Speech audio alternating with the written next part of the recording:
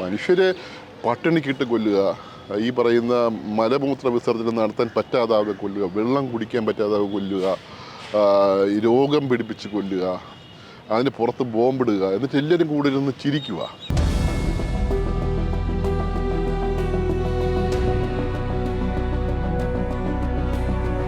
ലോകാരോഗ്യ സംഘടനയുടെ ഭാഗമായി ഫലസ്തീനിൽ സേവനം ചെയ്ത് തിരിച്ചെത്തിയ മലയാളി ഡോക്ടർ എസ് സന്തോഷ് കുമാറിന്റെ വാക്കുകൾ കടമെടുത്താൽ പുഴുക്കളെ പോലെയാണ് ഫലസ്തീനികളെ ഇസ്രയേൽ കാണുന്നത്.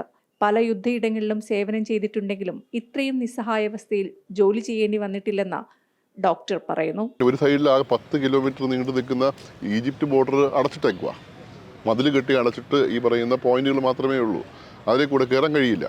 ഇപ്പുറത്തെ സൈഡിൽ ഇസ്രയേലി ബോർഡർ, ഇപ്പുറത്തെ സൈഡിൽ കടൽ. അവരെ ഒരു ജയിലിൽ ഈ ജനോസൈഡിന് അപ്പുറമാണ്.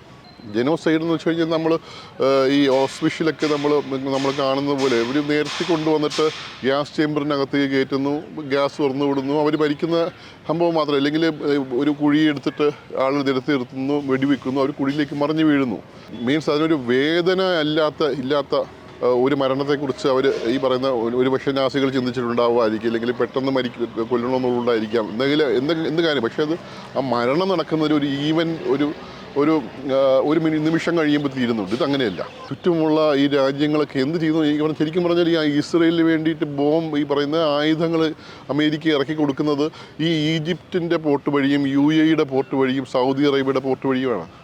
പിന്നെ എന്ത് ബ്രദർഹുഡാണ് ഇവർ പറയുന്നത്?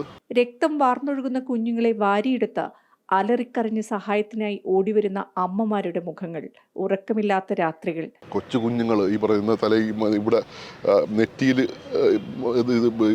ഇത് ബുള്ളറ്റ് നിറച്ച് പുറത്തേക്ക് പോയി, ബ്രെയിൻ മാറ്റർ മുഴുവൻ പുറത്ത് കിടക്കുന്ന കുഞ്ഞ്, 2 കാലും പോയി, വയറ്റിൽ മുഴുവൻ എവിസറേഷൻ നടത്തി ഇങ്ങനെ കുടൽ മുഴുവൻ പുറത്ത് കിടക്കുന്ന കുഞ്ഞുങ്ങൾ മരിച്ച കുഞ്ഞുങ്ങൾ മുഴുവനും വന്ന് എന്തെങ്കിലും ചെയ്യുമോ എന്ന് ചോദിച്ചിട്ട് അലമുറിയിട്ട് കരയുന്ന കൂടെ വരുന്ന അമ്മമാർ. പിന്നെ അതിന് പുറകിലാണ് മുതിർന്നവർ ഓരോരുത്തരായിട്ട് വരുന്നത്. അവരെയൊക്കെ പലപ്പോഴൊക്കെ ഈ ലാപ്രോട്ടമി ചെയ്യേണ്ടി വരുന്നവരൊക്കെ പലപ്പോഴൊക്കെ മരിച്ചു പോകും. ഓൺ ദ ടേബിൾ ഡെത്ത് വളരെ കൂടുതലായിരുന്നു. അതിനുശേഷം എന്തെങ്കിലുമൊക്കെ രക്ഷപ്പെടാൻ വേണ്ടി രക്ഷപ്പെട്ടാൽ പോലും 2 ദിവസം കഴിയുമ്പോഴേക്കും മൾട്ടി സിസ്റ്റം ഫെയിലർ അടിച്ചിട്ട് മരിക്കുന്ന ആണുങ്ങൾ. അപ്പോൾ ഒരു കുട്ടി ഒരു വയസ്സിന് താഴെ 80 മാസം കൊണ്ടുള്ള കുട്ടി ഈ 4 വിരലും മറ്റ് നെറ്റിയിലെല്ലാം മുറിവുമായിട്ട് വരുന്നു. അതിൻ്റെ 8 സിബ്ലിങ്സ് മരിച്ചു. അമ്മയെ നമ്മൾ ലാപ്രോട്ടമിക്ക് വേണ്ടി കയറ്റി ടേബിളിൽ വെച്ച് അവർ മരിച്ചു. അതിന് അച്ഛൻ അടുത്ത ദിവസം ഈ സർജറി ചെയ്ത് ഒരു ദിവസം രക്ഷപ്പെട്ടെന്ന് കരുതിയിരിക്കുമ്പോൾ 2 ദിവസം കഴിഞ്ഞിട്ട് അവർ മരിച്ചു. അങ്ങനെ ഈ പറഞ്ഞ ലോകത്തെക്കുറിച്ച് ഒരു കാര്യവും അറിയാത്ത കുഞ്ഞുങ്ങൾ അങ്ങനെ ഒരു കാര്യവുമില്ലാതെ അനാഥരാവുകയാണ്. ലോകാരോഗ്യ സംഘടനയുടെ എമർജൻസി ടീം ലീഡറായി റഫ അതിർത്തിയിൽ പ്രവർത്തിച്ച ഡോക്ടർ ഈ മാസം 22-ന് വീണ്ടും യുദ്ധഭൂമിയിലേക്ക് തിരിക്കും.